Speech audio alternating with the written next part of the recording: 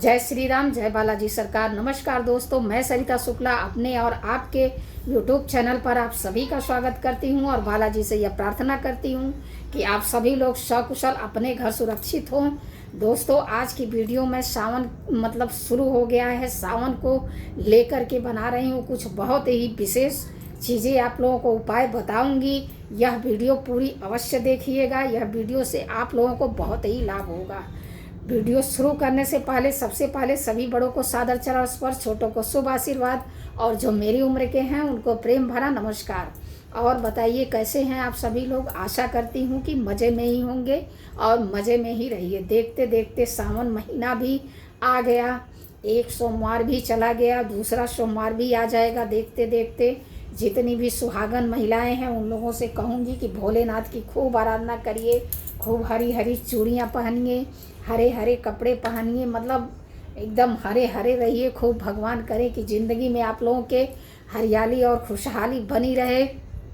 भोलेनाथ और माँ गौरी आप लोगों को आशीर्वाद दे करके ही जाएं। उनकी खूब आराधना करिए, खूब पूजा करिए। उनको माता गौरी को सुहाग की चीज़ें खूब चढ़ाइए, भोलेनाथ को भी उनकी पसंद की चीज़ें खूब चढ़ाइए। बस यही मेरी आप लोगों से प्रार्थना है। आज मैं आप लोगों को कुछ बहुत ही विशेष जानकारी देने वाली हूँ, इसलिए इस वीडियो को अंत तक ज़रूर देखिएगा। तभी आपको जो है समझ आएगा कि मैं आज क्या बता रही हूँ।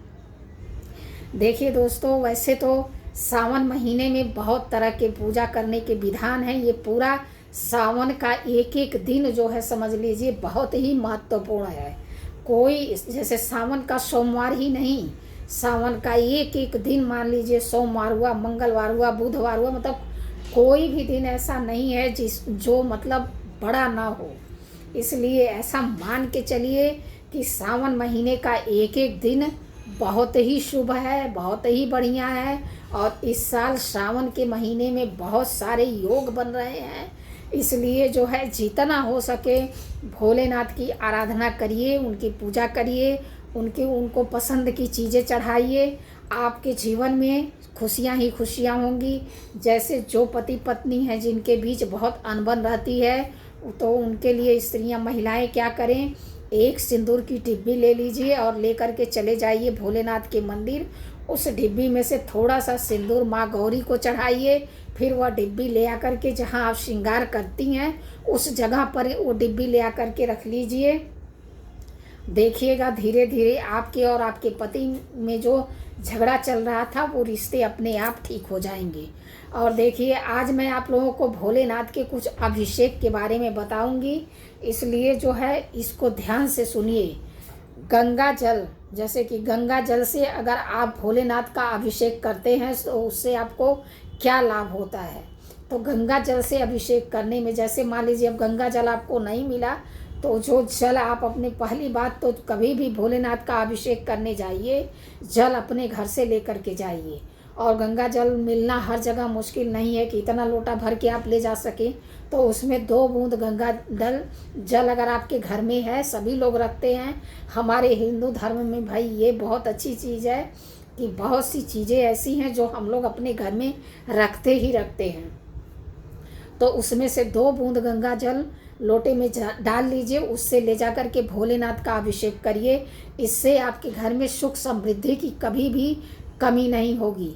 और केसर, जैसे केसर मान लीजिए, थोड़ा सा केसर डाल लीजिए जल में, इससे आपको शिव कृपा प्राप्त होगी। तो ये कुछ चीज़ें मैं आप लोगों को बता रही हूँ। गन्ने का रस, अगर आपको गन्ने का रस कहीं मिल जाता है तो आप अभिषेक करने जब जाइए भोलेनाथ का, तो थोड़ा सा गन्ने का रस लेकर के जाइए, अगर कहीं भी आपको मिल जाता है। बहुत ही अच्छा है, इसको करने से सारे संकट दूर होते हैं और सबसे बड़ी बात आर्थिक संकट दूर होता है।